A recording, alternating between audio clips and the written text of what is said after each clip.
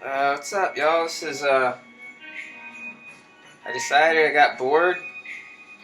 I decided, to work with the boredom and loneliness to just share a little bit of my daily weird routine. A big part of why I think I'm lonely is because I'm so weird and have trouble identifying with folks.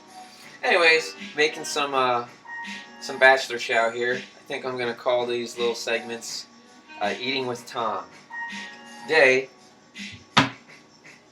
I'm having shin ramen. I got these in Walmart, like they're in the Asian section, not necessarily where the rest of the ramen or ramen is. This is black. They're like the sweetest ones. Kind of defeats the purpose because they actually cost a little bit of money. It's not like 20 cents, like the cheap knockoff Simon ramen, whatever you call it. Anyways, I got this. The thing that makes it fancy is it comes with spicier seasonings, a little bit of dehydrated vegetables, and this, I have no idea what this black. This thing says black. I don't know what it is. It's like a white powder that makes it a little more savory. Threw the noodles in there. Before I put the noodles in, I smear a little bit of olive oil on there to have a different mix of fats on the pan because I plan on putting eggs in there and I hope that the eggs won't stick. And I went ahead and put the vegetables, the dehydrated vegetable package in there. Oh, sorry about that. We got fallen ramen packets. And once I put the dehydrated vegetables in first, so when the water boils, I like to get the noodles rolling as much as possible. I'm kind of a little bit of a, I don't know, part of me just thinks that helps to get the moisture back in there. And I add this stuff in later, the salt and that other stuff, because I don't see any need. I think that hinders or slows down the absorption of the noodles of the water. But I'll cover this up so it gets boiling a little quicker. And I put that in on the bottom. I put the noodles on top, and I get the water as high as I can from the tap. And I just fill it up like about a 1/4 inch above the noodles in this size pan, whatever size that is. And I like to add my own stuff to it. Right now I'm going to add, I have some ground beef, cheap ground beef that I've been making hamburgers with. I tried to make more healthy because I had some liver from my buddy's ranch and I chopped up little chunks in it. Anyways, it got a little too air dry, so I'm going to take the air dried part, add that to it, and then add about 4 eggs. I'll show you the process.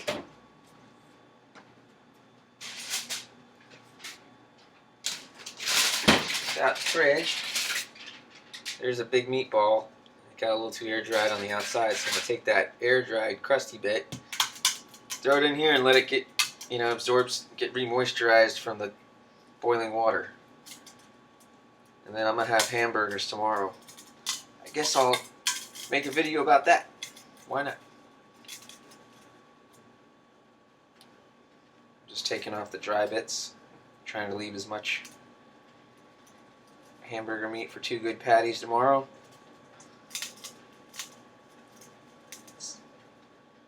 Probably good about there. I'm just gonna set that. On top of these packets for now, because I like to add the meat at the very end, the protein at the end. We'll go ahead and use this tin foil I was covering it with. It wasn't keeping it moist.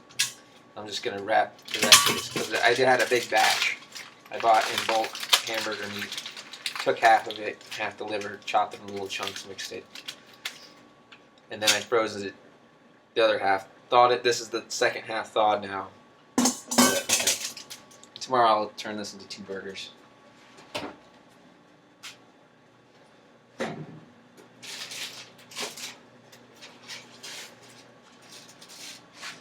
Alright. I go off and on health kicks and being a food snob about the quality of the food. I go ahead and stir it once it starts boiling. And this isn't that long of a thing to make. I call it bachelor chow. I grab the eggs from the outside first, because I think they get the most oxidation, so they got to go first chronologically. Stretch the center ones. I think they got longer shelf life in case I end up going longer between eating eggs.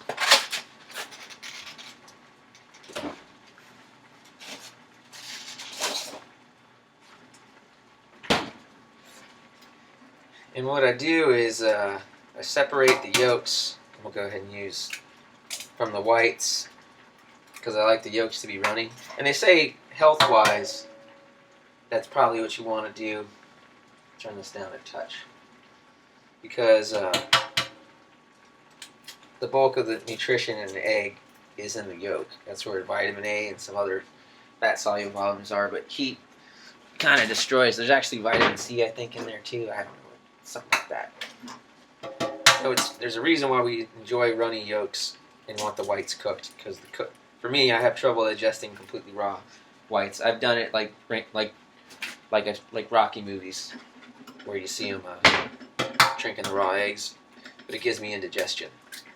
So I separate the whites and the yolks, and then I add the yolks at the very end. Just kind of put them in a bowl. Use my hands and kind of just grab the yolks. Try not to break them. You don't have to be super tender, but yeah, good enough to not completely mess things up. I go ahead and leave them in the fridge, because the colder you leave, the colder you have it, the less, the more likely it's going to keep the center cool. All right.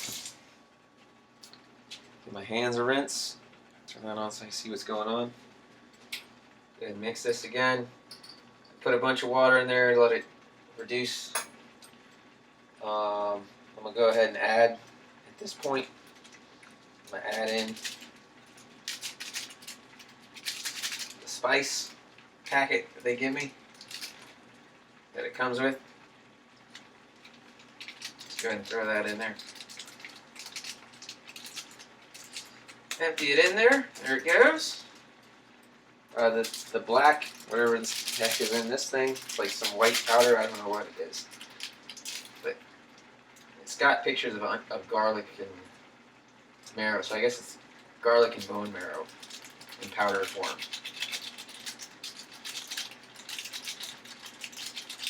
It does make a difference. It is tasty. They'll have shin, which I think means super or special in Japanese or Korean ramen. And then they have black, shin black, which has that extra packet. The regular shin, I haven't noticed it that much. I'm just going to throw this meatball, dried stuff in there any kind of way, because like I said, I don't necessarily want that to get overcooked. We're going to mix that up. Turn this up a little bit so the water bubbles. When the water gets rolling again, a couple more eggshells here we'll throw out. My face might have got stuck in there a little bit. I don't care. I think I don't even have a screwdriver. Maybe one or something. This channel's more just a psychological thing. Step away a second, get this music that was supposed to be playing it again.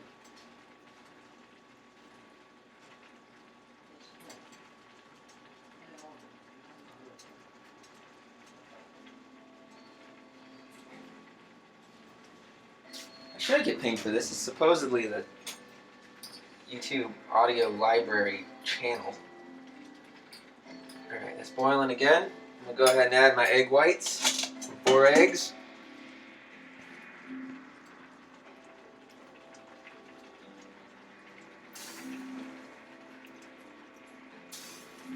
I guess I'm just dumping it in there. Here's dump. I put my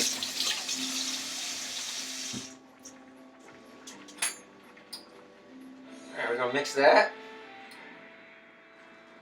Because I put so much extra odd things in there, and a little extra water, and I have a salty palate, I do add a little bit of my own little house salt, which has like no salts in it and some other things.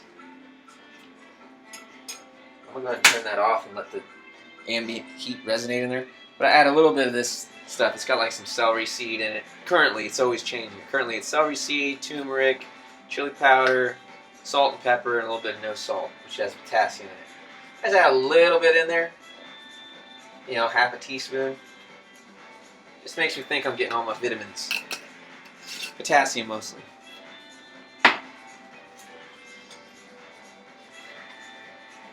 Stir that up, stirring up those egg whites. Let's see, you probably can't see, but they're starting to cook.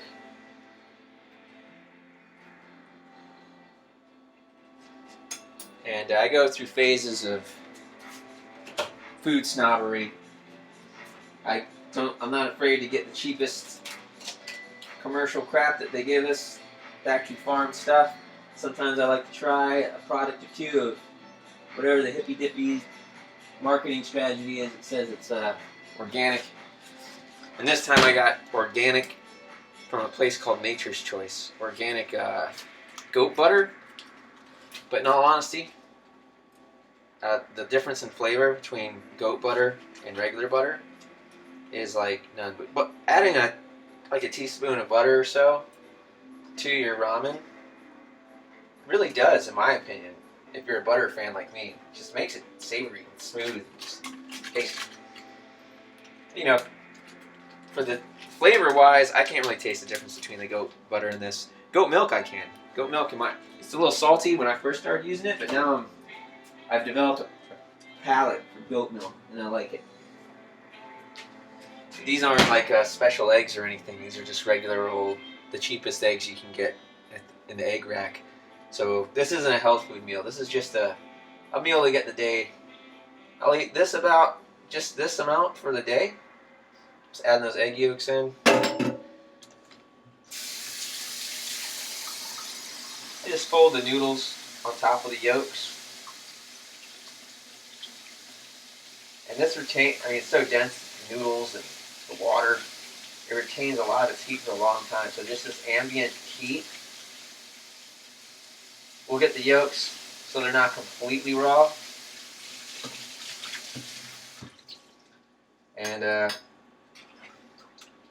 it is, bachelor chow. A little bit of meat, eggs, and stuff. You can see it's a whole portion. I'll eat this for the night, maybe have some snacky cakes too before I go to bed. And that'll be it. You know, I get up, have coffee during the day. I wake up around noonish, have coffee around 1. Then I eat around 9 or 10, a single meal.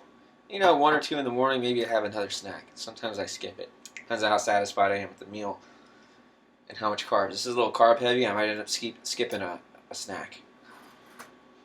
But by the time I pick out something to watch on YouTube and get it rolling, this should be cool enough for me to start eating it, and the yolk should be just about right. Hey, you could try this sometime. It can be any kind of ramen, however you say it, you like. But I highly suggest, if you got to eat them every day, to start getting the fancier ones. It does change it a little bit. It makes it less monotonous when you're on the budget. And that is a good way to save money if you're worried about, hey, I really need to catch up on my bills or get ahead of like a car payment or something, which is my scenario. Get eggs, they're pretty cheap, and ramen. Eat that for like a week or two, and it can make your food budget go down and help you get a higher, whatever else you got to spend your money on. That's it. Y'all stay easy, stay cool. I hope you're able to stay healthy, stay positive, and stay happy. Take her easy.